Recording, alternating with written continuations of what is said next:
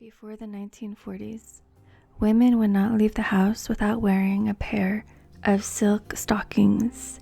It was inappropriate to be bare-legged in public. Stockings came up to mid-thigh and had to be held up with garters attached to corsets or girdles. A garter belt could also be worn to hold them up. Before the late 1930s, fabrics were not elasticized, so they weren't very stretchy. Hose were woven into the silhouette of a leg, a process called fully fashioned or on tubular knitters. Sizes were determined by the foot size, with plus size, called outsize, stockings available in wider leg fits. Once rayon and nylon were invented, stockings began to be made from those instead. They looked like silk stockings, but without a heavy shine. They were touted as a new product which will give women sheer, ringless hosiery that will not wrinkle, run, or wear out. While not entirely snag-proof, they did snag less and run less, so they would hold up longer than silk, depending on the thickness and type of weave. 1940s hosiery were sheer and nude-colored, but darker than the skin, and had seams up the backs, where fully fashioned styles were sewn together. Seamless stockings came about in the late 1940s, but never fully took off in fashion until the 1960s. Stockings had reinforced toes and heels, with the Cuban heel design on most. Cuban heels were a square-edged block of darker reinforced knit that could be seen above the shoe heel. While certainly fashionable, they were mostly a practical design. During World War II, any available silk, nylon, and sometimes rayon were needed to make parachutes, tents, and other fine materials. Women were asked to donate their used stockings to the war effort. Once word got out that there might be a shortage of silk and nylon stockings, women flooded the stores, buying up all they could, thus creating a drastic inflation of pricing. Once the war board stepped in to regulate production and cap prices, demand settled down, but they generally were still too expensive for women to afford to replace often.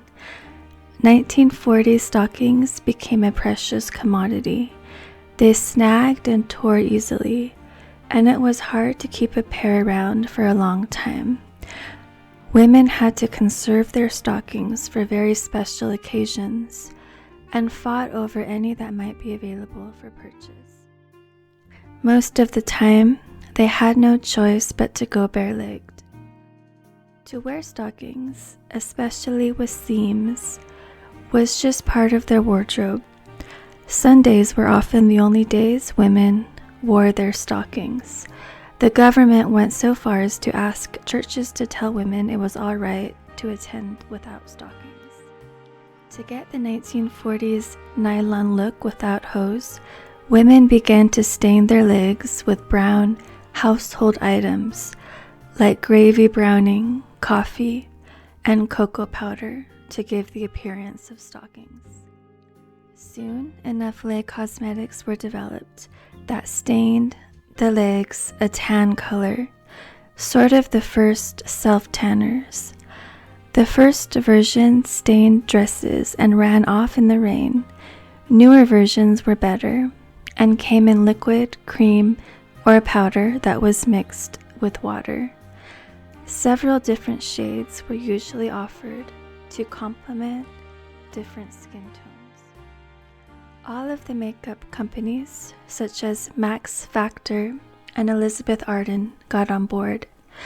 Some women took it a step further and drew a seam on the backs of their legs with brown or black eyebrow or eyeliner pencil. often using a friend to help get it straight.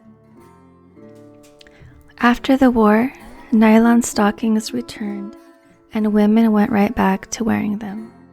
DuPont denounced immediately after the war that nylons would be made again for the public. They had some production issues and underestimated demand, so for over a year, crowds mobbed stores, creating nylon riots every time a shipment came in. There was little variety in stockings in the 1940s. The differences were in the minute details. Silk, nylon, rayon, cotton, and wool were the main types of materials. With silk and nylon being in short supply, most women chose rayon or cotton stockings. Rayon could be high shine like silk or low shine like cotton. It breathed well and held up nicely against wear. Its one drawback was that it lacked any stretch, making the perfect fit harder to achieve.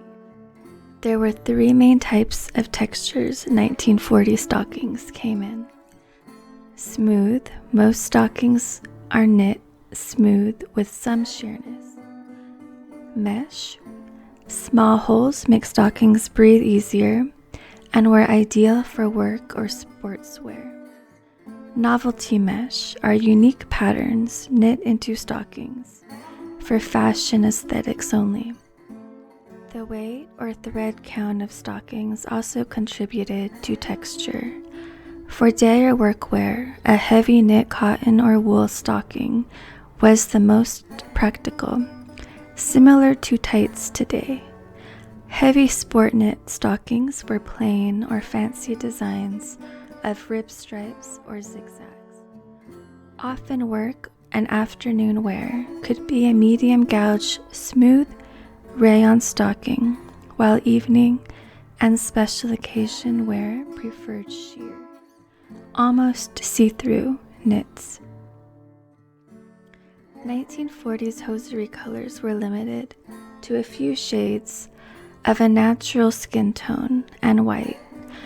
Natural colors were called beige for your everyday wear, sun tones for a summer sun-kissed golden tan, taupe for special occasions which were darker than natural skin tone, often blended with gray threads. Darker colors made legs look thinner. White stockings were mostly worn by children, teens, and women dressing for weddings or nurses, or in spring pastel colors.